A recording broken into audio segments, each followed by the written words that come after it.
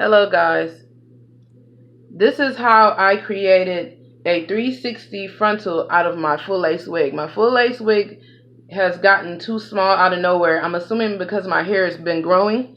I don't want to cut my hair, so I cut my wig. I'm gonna show you what all I used. I used this cap from the beauty supply, and I put it on my doll head, and I put my wig over it, and I lined it up with the cap. I brought the bottom down a little more, and that's why it's such a big hole in the middle, because that's how much room I need to make it adhere properly. So let's get started. I did a stitch around the whole circle to keep it in place on the new wig cap. So now what I'm going to do is fill that space up with tracks. I kind of curve the side because if I want to wear it in a ponytail, I'll be able to direct it up and not have a flap. So angle it a bit on the sides. It's not really a big hole. Just angle it on the sides. And stitch.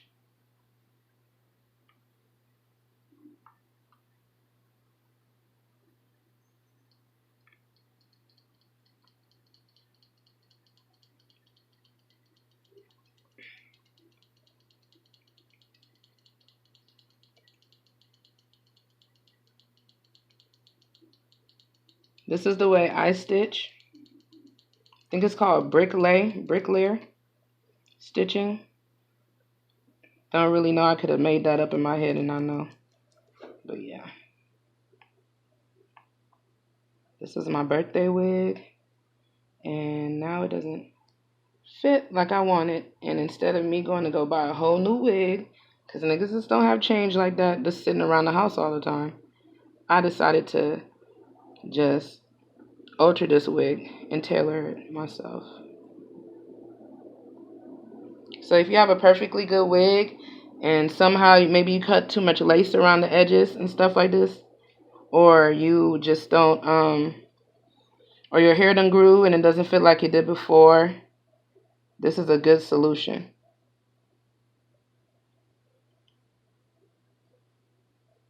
So I'm going to stop it. You see how I angled it? It's because I want to be able to lift it up into a ponytail with no obstruction.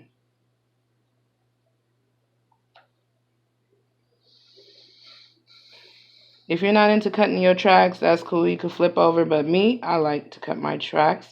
And if you think that, if you're experiencing any shedding from that, I would just put a drop of crazy glue. They have wet sealant, but I use crazy glue.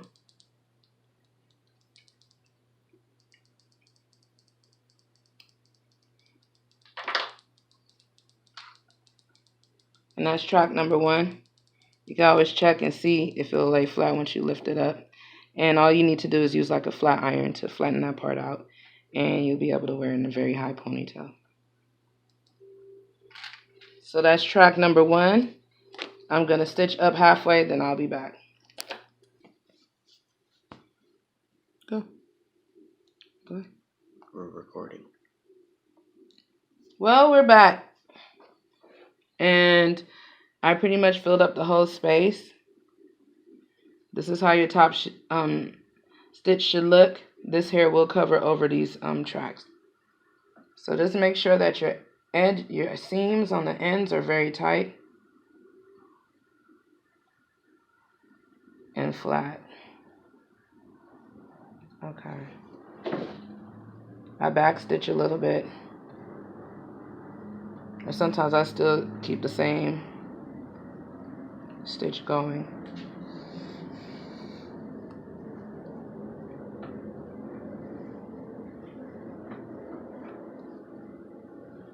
So now I have this last track that I'm gonna, probably one more track after this, that I'm gonna put in, measure it, and clip.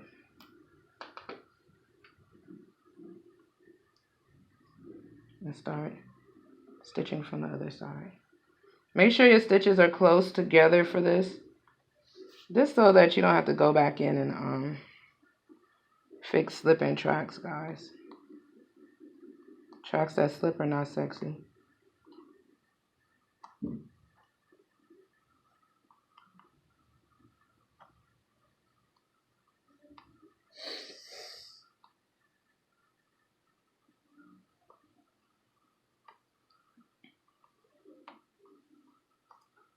This thread is done, so I'm just making sure that it doesn't come unraveled by back stitching a bit.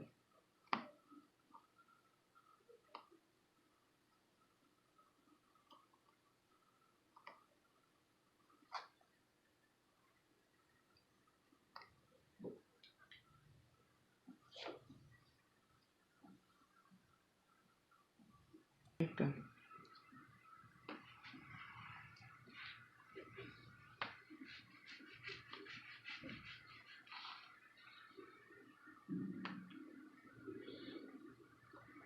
I'm as hungry, my tummy is growling.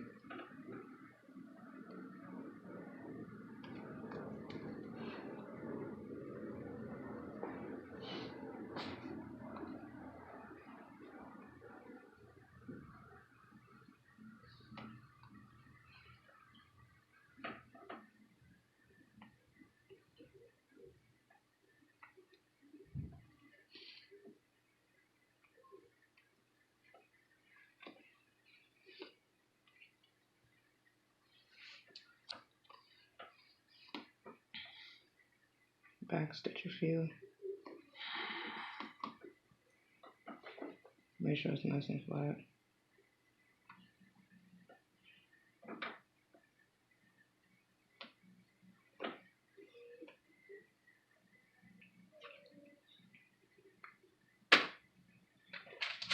And this is pretty much the end result of that part. And as you can see, the hair from the top will cover over. And now she is ready for the world. But let me just show you the full wig.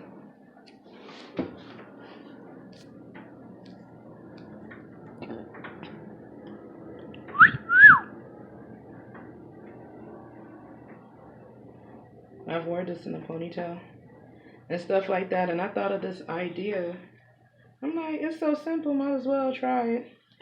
And that's how the back is set up. If you want me to show you how I apply this wig, let me know.